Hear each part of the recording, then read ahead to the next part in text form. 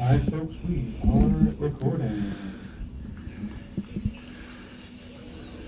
Watch. All right, you ready to start a pod here? It's all right. This is the only time I have to watch all the stupid Instagram content that you send me. Welcome to It Is Good to Be Here, starring Noah Savage and ALyssa Wolf. This is fun. This is like our own take on Taylor and Travis podcast. Speak up, woman. We can't hear you. I like you in a stupid hat. Me too. It's really hot. It's like shout felt. out to producer Mike because ALyssa didn't like my hair, so I had to wear a hat, and this is the only one that fit on my head. I think it's like a decoration for the shelf. I don't think it's like a real wearable hat. It's incredibly hot. Yeah, I think you've destroyed the studio by taking things off the walls and putting them on your head, and we landed here. That's right. But now I can't see your sloppy hairdo. I switched. You know when you like cheat on your barber? No. I have several barbers in the neighborhood who hate me because I've switched salons. That was hard for me to say. I don't know if where you get your hair done would be referred to as a salon. I'd like to go to a salon one day. I hear about moose. They love Moose? They love the moose. They put the moose in their hair. Oh, like hair mousse. Yeah, these are things that like men like me don't. Hard scrabble cowboys like me don't. Wait, let me start that again. Okay, go ahead. Because I am watching. This is from a preview of later when we talk about 1923. I'll be Okay. Harrison Ford in 1923. Never go to a salon. Just round up a couple cowboys, get a posse. That's how he talks the whole show. It's really annoying. Yeah, I don't watch. But, you know, men like me, we don't deal with the moose. We Sorry. don't deal with Do you think products. do you think I deal with moose? I think you have in your life. I don't think know. you have in your life. I have. I think you've spiked up your hair with some spiky gel. In the 90s, I hit some mousse into my hair, and I also did like hard spikes. Spikes. In the 01s. Did you frost your tips? No. Oh. Only thing I did that was shocking. That was would have been done at a salon. I shaved my I just buzzed my head down to a 2, and you get the big reveal. In high school, it was good. I shouldn't have done it. I was way cuter with hair. Okay. And why did you do it? Just for the wow effect? Yeah. Yeah, obviously. Shock value. Yeah. And then, you had your earring. And then for a while, yeah. Well, Right. why'd I do Jason Williams did it on the Kings? So then it was like, Okay. Was so he the then- gay one? No, that's the one on the Nets. How dare you besmirch white chocolate with something that isn't bad? That is great. That would have made him only better. I want to shout you out for our listeners for your wonderful set you had the other night at our monthly comedy show, which is the same name. Same name. I was trying to get it going, and I reached behind me hosting, and I realized that we didn't have That was funny. a monitor with the... Also because we've never had a monitor but there's or monitors. a screen. There's screens to the side, which say your Instagram handle at Westside Comedy Club. But I thought they put our logo up there. So people were like, what are you talking about? I was sitting next to Sam Evans, and you were like gesturing at a display that didn't exist, and we were both laughing really hard. And then it was like a bad infomercial because then like halfway through you were like, Oh. I tried. I mean, what a gift from God. Like sometimes you have these audiences that are, oh my God. what's for supper? You know who you look like? Who? Legendary lawyer Dick DeGuerin. Now, he pulled the trigger and the bullet went through his head, but does that mean he killed him or the bullet? That's how he got that guy off. Well, no, it was even worse than that because he was like, for those of you who don't know, we're talking about Robert Durst, who murdered 3 people and got away with it mostly. Chopped him up. No, he chopped up the second person. Well, he Yeah. might have chopped up the first person. We don't know. But he chopped up the second person, and Dick DeGuerin basically got him off from that murder charge scot-free by being like, he chopped him up in self-defense. Mm-hmm. How would you chop someone up in self-defense? Well, he killed him in self-defense, and then he basically was like, all right, he chopped him up, and he put him in bags, and he threw him into the Gulf of Mexico. But that don't make him guilty. And they were like, he's free. He actually threw them into Galveston Bay. If you even watch the documentary. You've never even been to Galveston, Texas. I don't want to. There's like heads bobbing up through that bay. I don't want to go. Nor do I seek to go there. That part of the story is really wild in the whole Durst tale, because it's like, not only did he murder and chop up his neighbor, but at the time he was living as a woman. And as a billionaire. Yeah. In Galveston, Texas. Right. Well, because he like ran from New York because he definitely killed his first wife. Right. Right. But it's also crazy because the whole family was obviously like, please get away from us. And so they just kept paying him to leave them alone. Like, the Durst family is like a massive real estate family in New York City. And this guy was like, it wasn't just like, oh, he didn't fit in with the family. He was like murdering people. And they were like, we'll do anything. Just leave. Like, please leave. You know what he did? He did the Eminem lyric. You'll be safe for days if you shave your legs with Renee's razor blades. Mm-hmm. Do you know what I'm saying? So anyway, you had a great show. What I was going to say is that sometimes you have these tight audiences, and no matter what you say, you're like, I can't be funny. I suck. I should quit. I stepped on stage. I had the 3 24-year-old girls, and I had the guy sitting all alone. What was his name? Dave. Dave. Oh, shout out to Dave. So like, nice. The best. After the show, he's like, I actually do stand up. We're like, damn it. But in like New Hampshire. Dave, shout out to Dave, because everyone kind of gave him a hard time. All the comics did, but like you and I definitely probably the most. But he was sitting alone. He was sitting by himself in the comedy club. He was also the first person to arrive. And so afterwards, when I was chatting with him, like, in his defense, he's like, I didn't choose my seat. They just like put me over there. He's like, I just assumed people would like fill in around me. And that is fair. However, the club kind of did him dirty, and they were like, you're a freak. You have to sit by yourself at this loner table. Yeah. Even though like he totally could have sat with another group. And then he told me that like, I mean, he just laughed at everything. It was great. All he ordered was a lemonade and a rice pudding. Yes. At a comedy club that's also a Mexican restaurant, which I pointed out. I thought that it was a yogurt parfait, and I was like, so you come in here alone, and you're like, give me that yogurt parfait at a Mexican place. Killed, obviously. But it turned out to be actually a rice pudding, which is also weird. And then he was telling me afterwards, you know, he's like, well, I used to live in New York, and I did some stand-up, and I do some stand-up now in New Hampshire. He's like going to grad school up there or whatever. And he's like, and also like, I'm not really drinking anymore, so hence the lemonade. And I was like, okay, fine, but it still doesn't excuse the rice pudding. Like, you could have just gotten 2 lemonades. Yeah. It's still really insane to be like, oh, and I'll have dessert. Yeah. But he was great, and there were 3 little 24-year-olds who were just like, oh my God. They got put in the front row, and they were so terrified. Like, they were. All I said to them was that they were 24. I really didn't even make fun of them for anything. They were all wearing, like, you know, at that age where you're all wearing the exact same outfit. Like, you and your friends wear the exact same thing. And it's actually gotten worse with the next generation because they have so much more social media than we ever did. So it's not only like, oh, we're going to wear all the same thing because we hang out all together and we're like a group and we're all roommates and whatever. And we all went to college together and we all like wore the same, you know, tube tops or whatever. It's like, it's now being reinforced by all the media they're consuming too. So they're all wearing, these girls, I can tell you exactly what they're wearing. Oversized hooded sweatshirts, gold hoop earrings, jeans, not tight.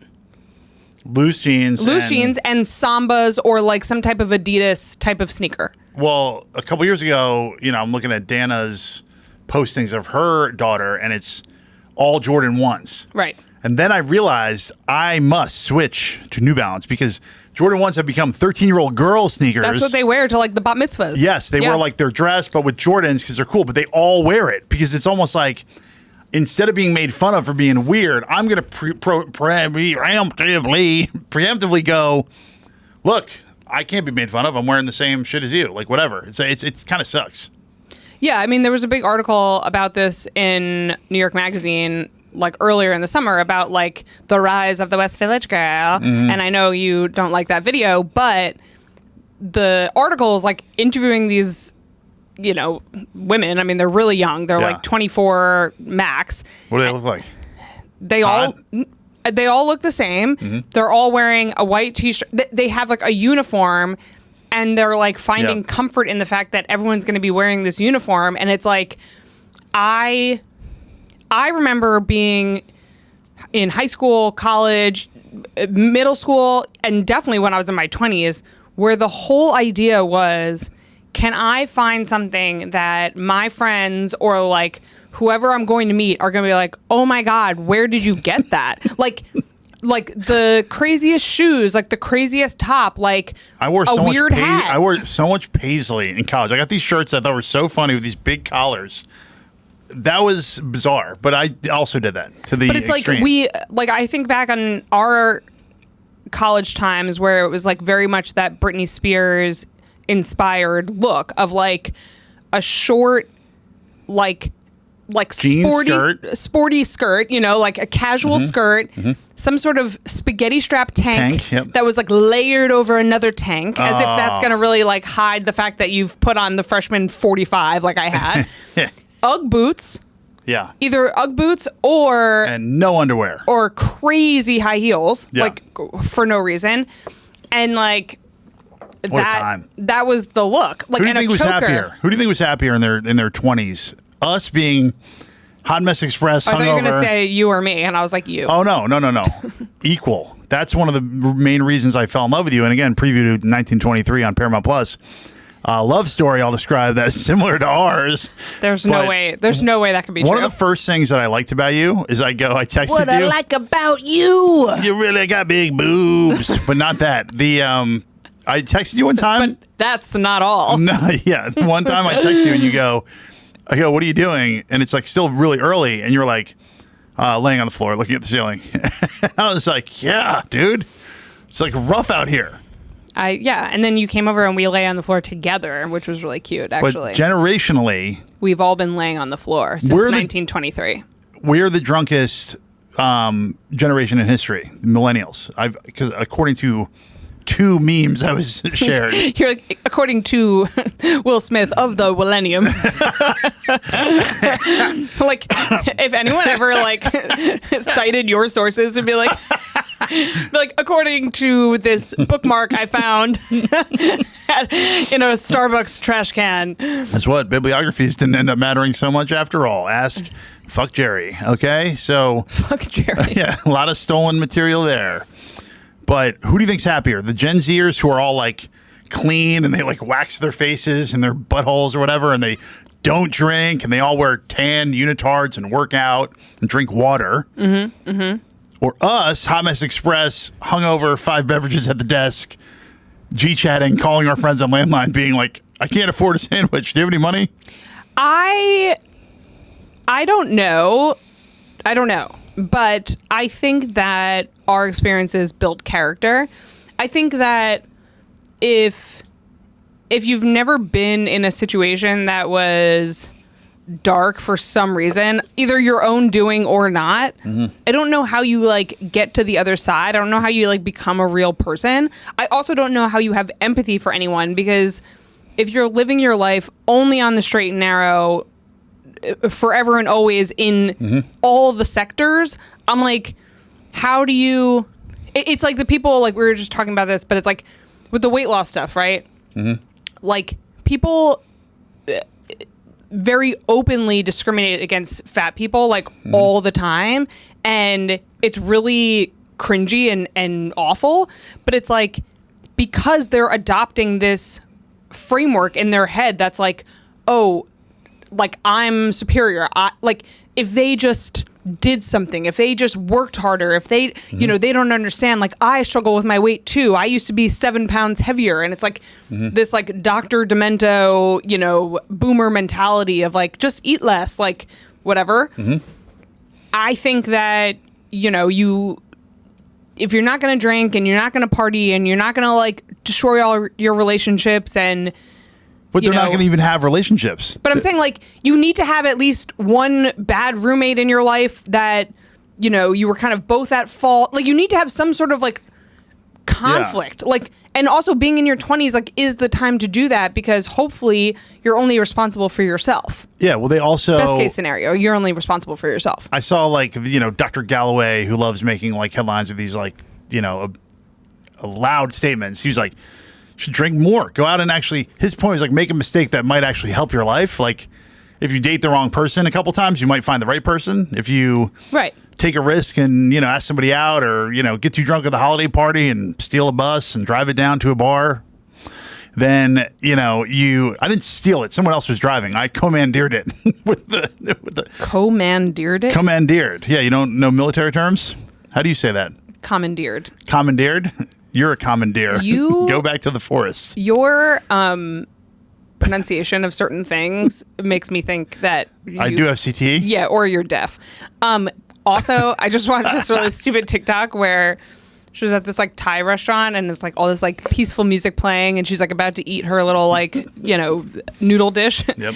And then her friend who's making the TikTok just zooms in on like a monitor above the bar and it's this like awful animation of a car hitting a deer and it goes through the windshield and just absolutely like annihilates this like cartoon driver's face and she's like, the vibes here are immaculate, like just like graphic cartoon trauma. But yeah, I don't know. I agree with that. I think like there are people who meet their soulmates in high school or college and they're like, this is it for me and it works out. And I think that's great. But it's like... But it's the shaming publicly that has now made conformity and lack of risks because they're like, I don't want to be Me Too'd, so I'm not going to like even talk to a woman. And it's like, well, that's too far. You know what I mean? Like, yeah, I agree. People back in the day were like, you shouldn't date anybody at work. This is like my number one bit I ever wrote that was good. But everybody was doing it. Everybody in the office just had like things and flings and people met their wives.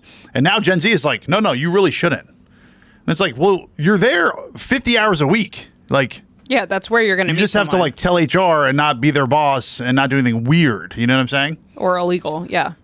Yeah. Don't leverage your position. Because I think Gen Z got like equally traumatized because so our generation went to work and people were still like groping and molesting us and being inappropriate. But our parents' generation were like, that's just how it is. Like, you should just like, make sure you don't like wear anything too tight or whatever. Like, it's all your fault, right? It's like it's your fault because you're young and you're a woman and you're an idiot, right? But then our generation pushed back and was like, actually, this is like really not okay. And you can't expect someone to, one, get work done, but two, like be promoted or have some sort of systems of like reviews or, make any type of leadership decision if like people are like essentially not just harassing, but like assaulting you at work. Like it's so uncomfortable. Yes. And there's so much shame that comes with it because we've now been taught that it's our fault. That I think when it finally got down to Gen Z, when they were like coming of age, it was like they almost adopted like the boomer mindset again of like, oh, I guess I can't shake your hand is like inappropriate, like, like the Cuomo of it all. And you're like, no, I'm saying you can shake your coworker's hand. I'm like, but all the other stuff you did was totally inappropriate and gross. You can even ask out a coworker, and if they say no, you go, okay. And then you just move on with your life. But asking one person out once is not harassment. If they say no, you go. It's two adults that are allowed to be like, hey, do you want to get a cup of coffee? No. Okay, great.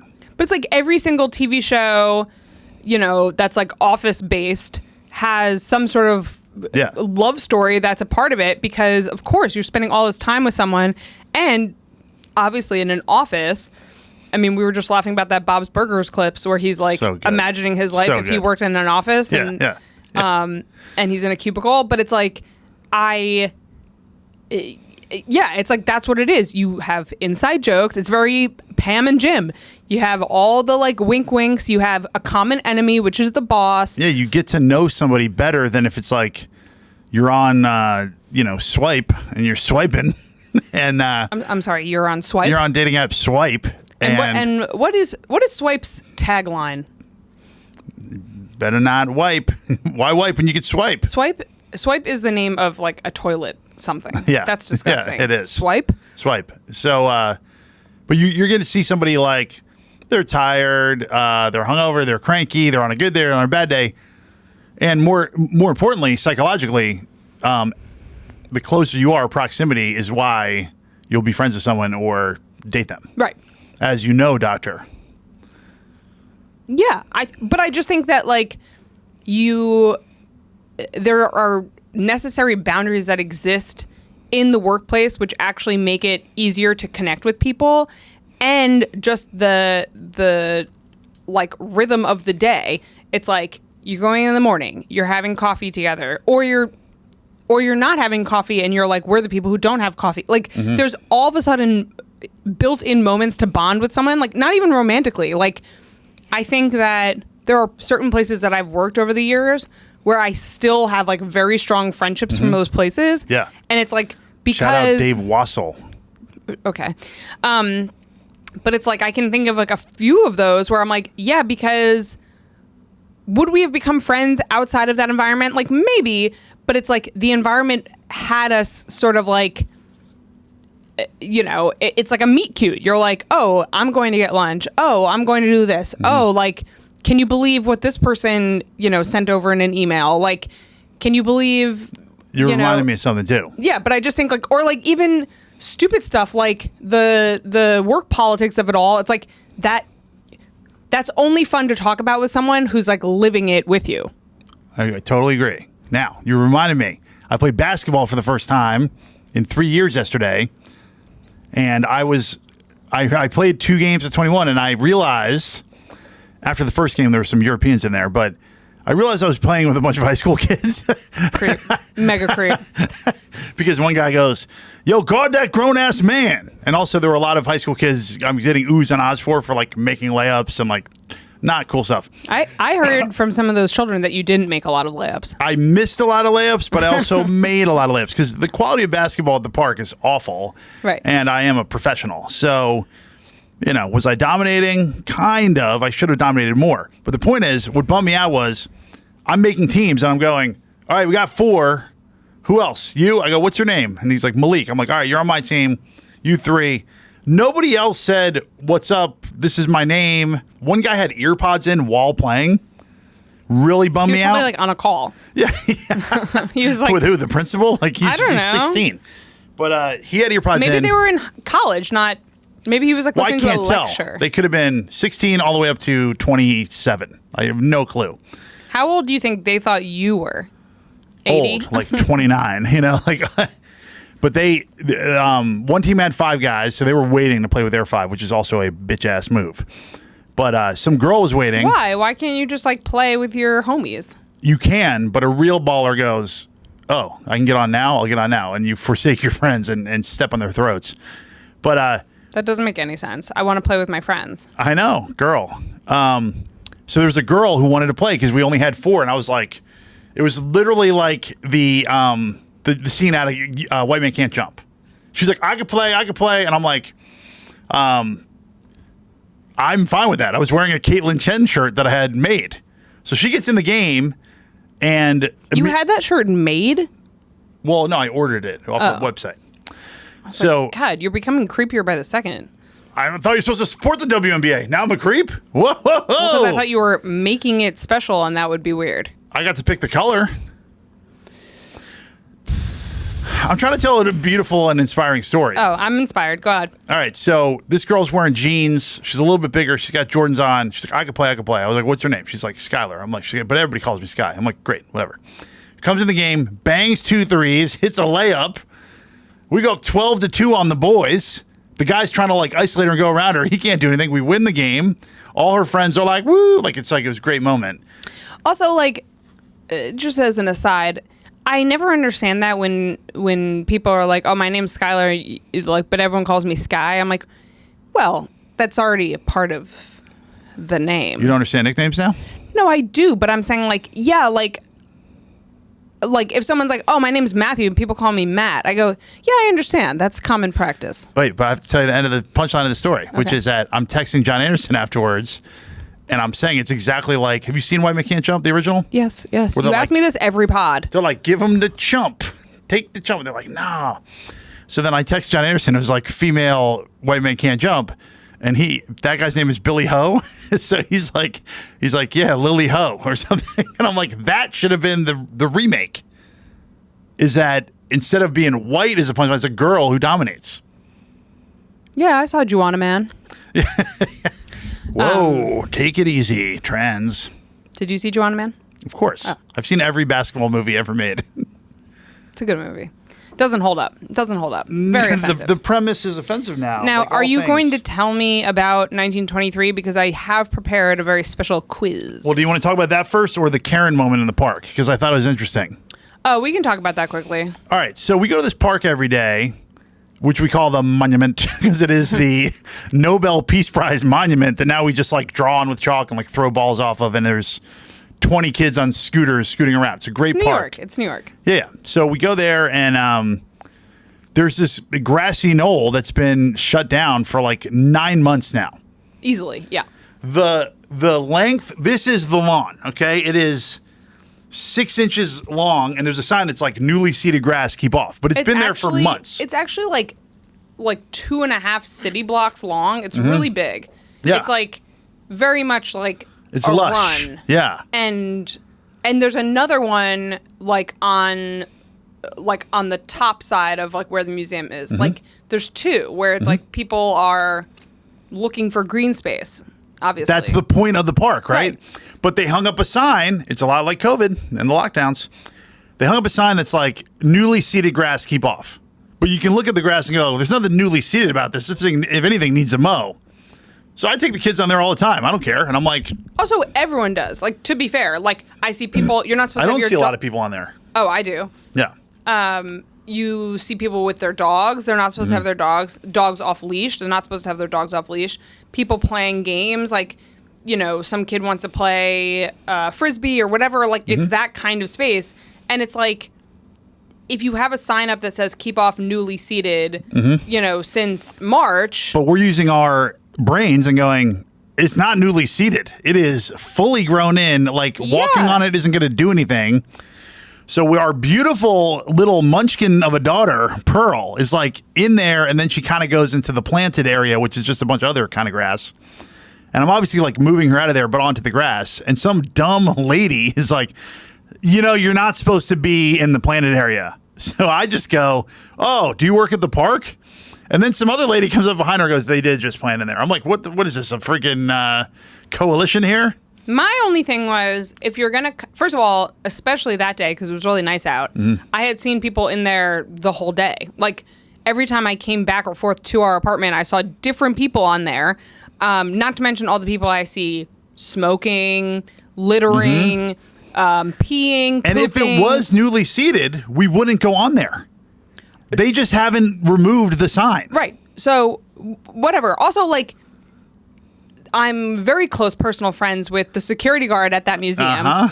And if she had come over and been like, listen, you really got to get off this. Yes, she is an authority figure. She knows the rules. She knows what's been seated and not seated, whatever, right? I would have been like, there's been times where she's like, oh, you know, we got to, you know, there's no scooters Can't up on the scoot thing. up top. Right, fine, yeah, fine. You're going to fall off the side. Okay. Right, fine. It's not like I'm out here like trying to break rules, but to walk by and just kind of like it's like she wanted to start a fight with us, but then she didn't want to actually have the fight with us. So I'm like, because we didn't get intimidated. I go, oh, do you work here? I was ready to really, my initial thing I wanted to say was, when she goes, oh, you can't be in the players. I wanted to be like, shut up. Just with no words in between. I just was like, if there was a reason, if our kids were even doing something like really disruptive, like tearing at the grass or whatever. Yeah. But I'm like, or digging or any, I'm like, they're really just like running up and down.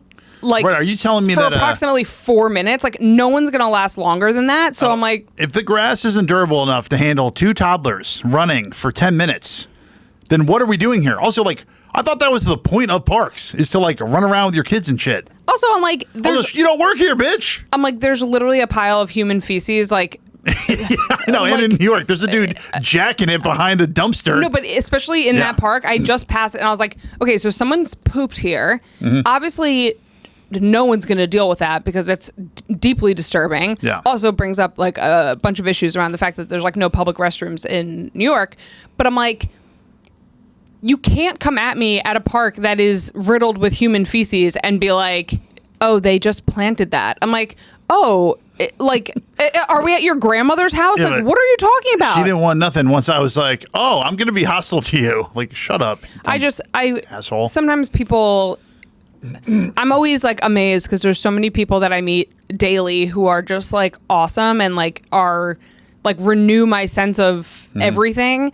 And then it just takes one to just be like, and then you meet a woman. But I'm like, why pick that fight? Like, and even if she had a good argument, I would have we still got off anyway. Let me ask you a question. Would she have said that to us if we were a different type of people? No. So that's true. She decides to, become vice principal. I don't know why to us. And I'm like, no, thank you. I just think it's like the kind of thing where I'm like, well, I agree. It's a public park and people, but like, am I going to come over here at 11 o'clock in the morning and yell at the man in his 70s doing yoga, like in the grass? Like, or can I just let the man do his yoga? You know what I mean? Like, why do I have to insert myself in this situation? Like, she could have just moved on. But we are rule followers. Yeah, I am a rule follower. Another example is when people have inappropriate table talk at a poker table. I'm the number one guy to go, excuse me, you're actually affecting the action. Versus if it's not inappropriate, it's just people talking shit. I go, great, bring it on. Yeah, but it's like, I'm a bus person now. And yes, you are. It's when you're in your element. The bus people are my people. And this one lady, I was getting on with grocery bags, which, immediately you're like persona non grata. Mm-hmm. They're like, get the hell out of here. But I'm like, I don't understand how you're supposed to get bags around the city. You want me to go all the way down the stairs into the subway? That's dangerous. And I'm like, and I can't afford a cab because no one can. You're jobless. You're like, a jobless freak. You need a trust fund to take a yellow cab. From 10 blocks to your home. So get them. Surge pricing. I'm like, okay, Mayor Adams. I'm like, give me a bag of cash. Who's Surge? Potato the driver? Chip bag. The Russian bitch.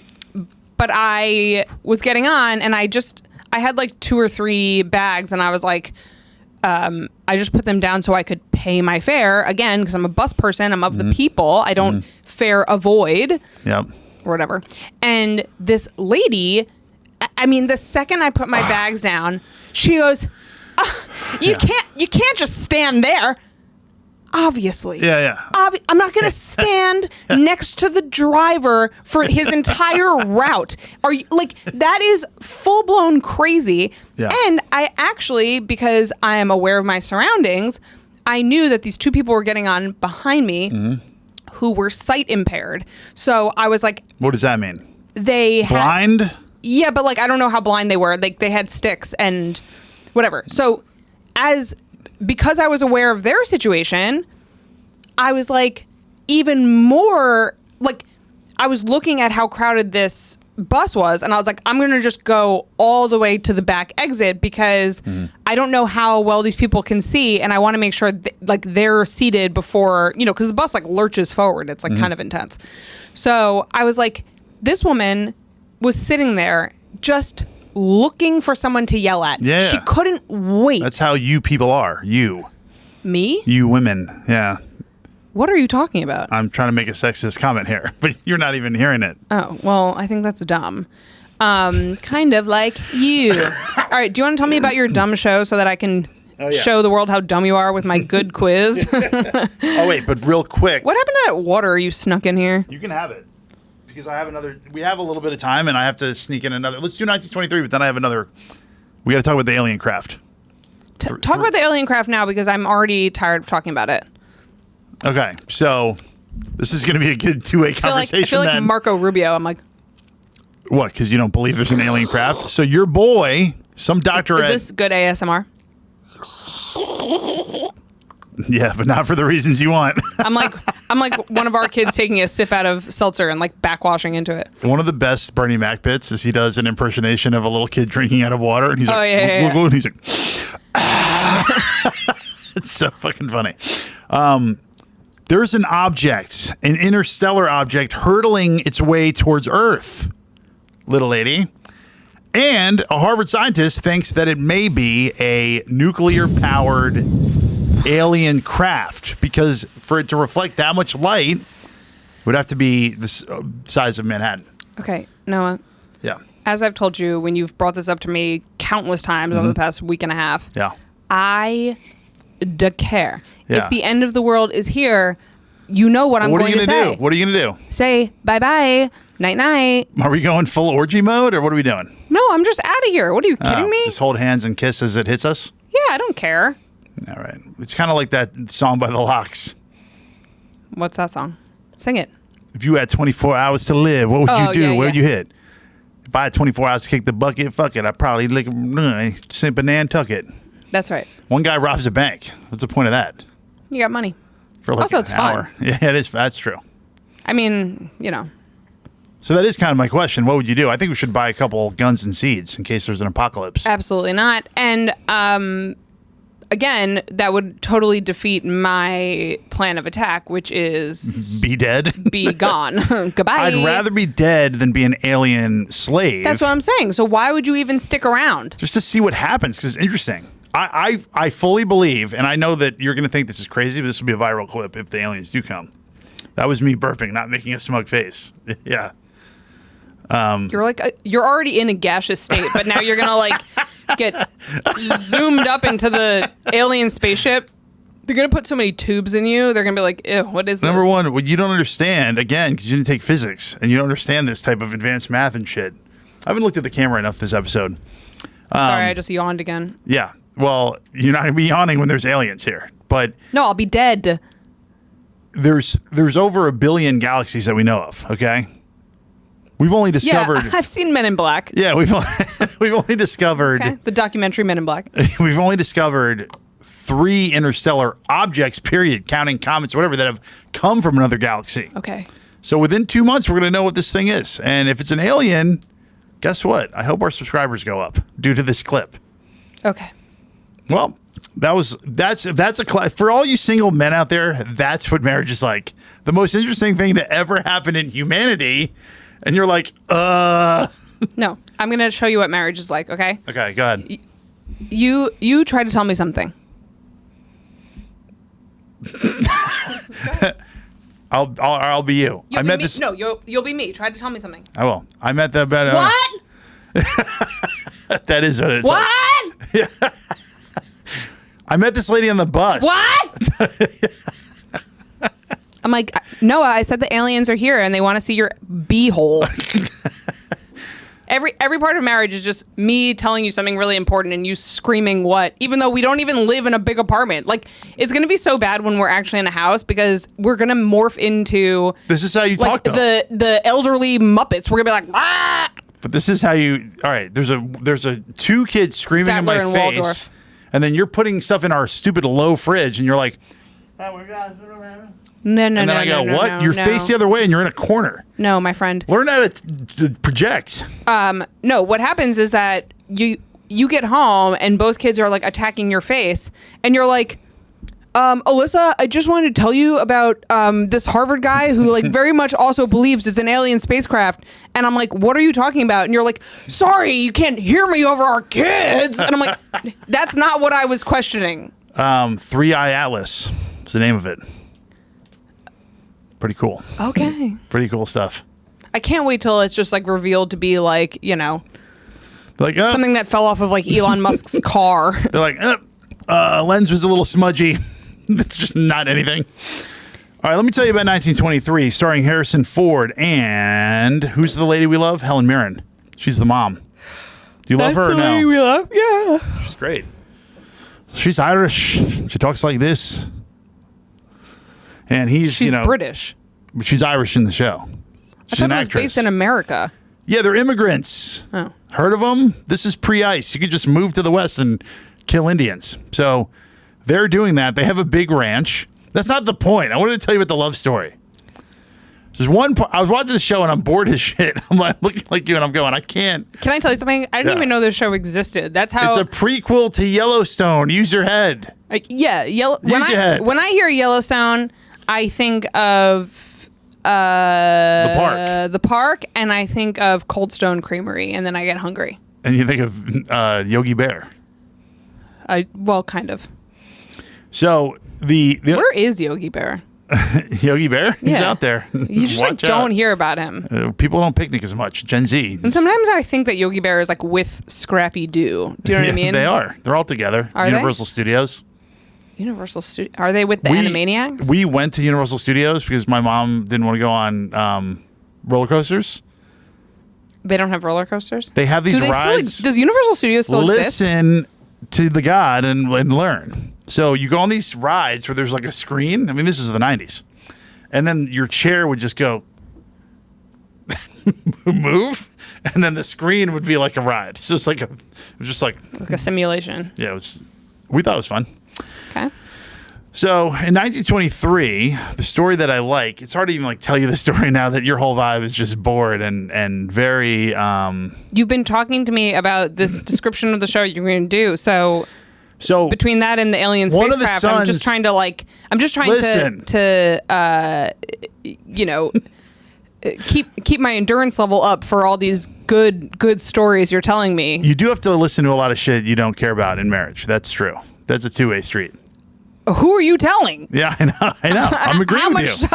I'm agreeing with you. If I kept a tally. I'm agreeing with you.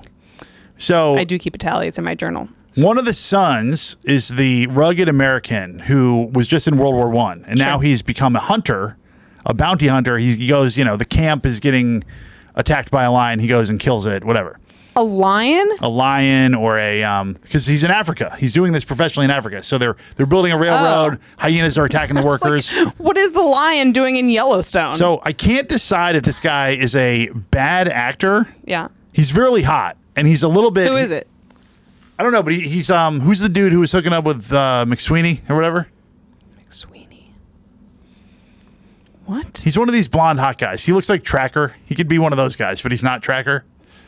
Glenn Powell? Yeah, he could be one of those types, but he's not those guys.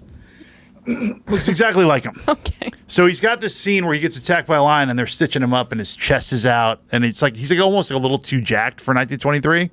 Probably very much too jacked, but go ahead. Yeah. So he's gruff and he's been through the war, right? And then there's this British lady who's like, well, blah, blah, blah, like annoying him a little bit. And then her friend is like, oh, she's engaged.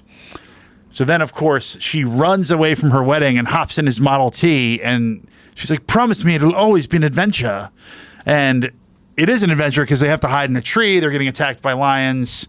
He's shooting them down. She's like, holy shit, maybe I didn't want to sign up for this. Then they get on a tugboat to go to the Suez Canal. The tugboat capsizes because it gets hit by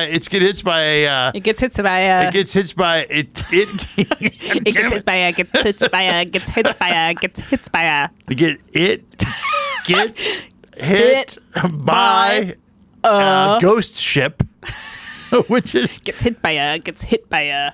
So then they're upside down. They get rescued by these Brits on some other big boat, and then they get married on the boat with rings of dead sailors that the captain has.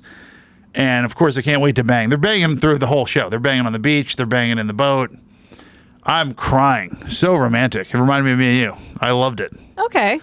Yeah. Nice. Because she's like, I don't know. I talk a lot when I'm nervous. Usually men like it. And he's like, are you going to talk the whole time? I don't know if that's me or you. Yeah. We doing a quiz? You ready for your quiz? Yeah. Okay. So this quiz, because you've been talking so much about this show called 1923, and I didn't even know what you were talking about. This quiz is about your general knowledge of the year 1923. Oh, I know a lot. Okay. So good. Okay, good. It's kind of a 1923 buff. Okay. There was a massive earthquake and subsequent fires that destroyed much of Tokyo and Yokohama in Japan, killing over 100,000 people. Did that happen in 1923? Yes. Right.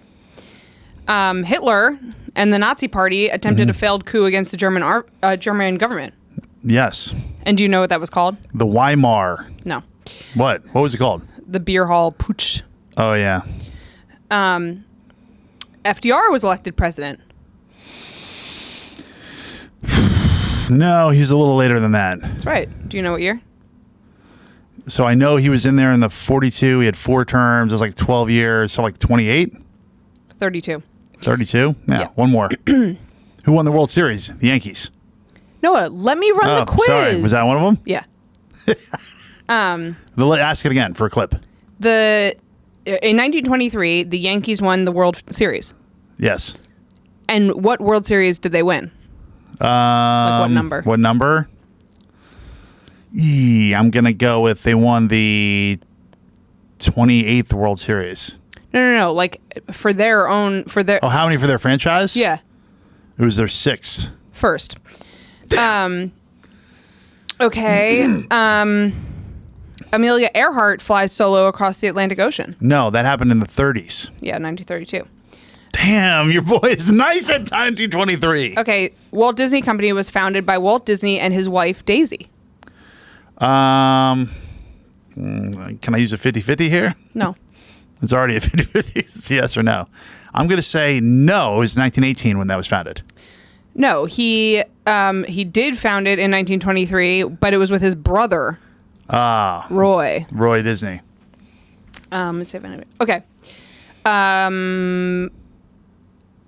George Russell, the revered railroad tycoon, was almost murdered by a random delivery person, putting his entire empire at risk. Yes. Yes, that happened? Yes. False. That's from the Gilded Age. George Russell is not a real person. What? Okay. And then lastly, 1923 was when the Olympics were hosted at Lake Placid. No, that was in the 70s. Wrong. It was 1932. But really also in the good job. 70s too, the Winter Olympics. I don't care. That's not what it was about. I got like an 80 on that test. No, you got like a 50. I got like an 80. No. Sound off in the comments. What did I get wrong? The coup with Hitler. Yeah. The Disney George one. Russell. And Disney. George Russell. Only 3. That's it. Disney. That's it. I got the rest right. The first World Series. 4. But I got that partial credit because I knew it was the Yankees. Partial credit. Okay. I didn't know we were giving partial credit at Princeton, but okay. Glad you could sound it out. Do you know that the cocktail was invented during Prohibition? Yes. You were on the same tour as me. Yes. Cocktail tour. Cocktail tour. All right. Well, got any dates? Good. Did you like my quiz though? Yeah, I kind of wish it wasn't. I wish some were essay. So write an essay about one of the questions I just asked you. No, I wish they were open-ended. Yeah. Got any big dates coming up? We do have actually a big date. We got a co-headliner gig in October in Westchester. Yeah, but we're moving that date. And then I'm headlining in Boston. Yeah. That's cool. Yeah. And our next monthly, which is going to be a big one. What's that date? Massive mailing list. September 17th at Westside Comedy Club. Be there. Wait, why don't we make a promo right now so we can play it on our... Lay it. Like, we'll cut this last minute as a promo that will run as an ad. How about that? Whatever you want. So go ahead. Go to the camera. I'm going to camera 1. This month at Westside Comedy Club, 7 o'clock, it is. It's good to be here. Get tickets below. This is not. We're not going to use it? No. Why? But we can keep it in as part of the pod. All right. Well, that's it, folks. All right. All right. Bye. Love you. Love you too. See you later. Wow. What a show.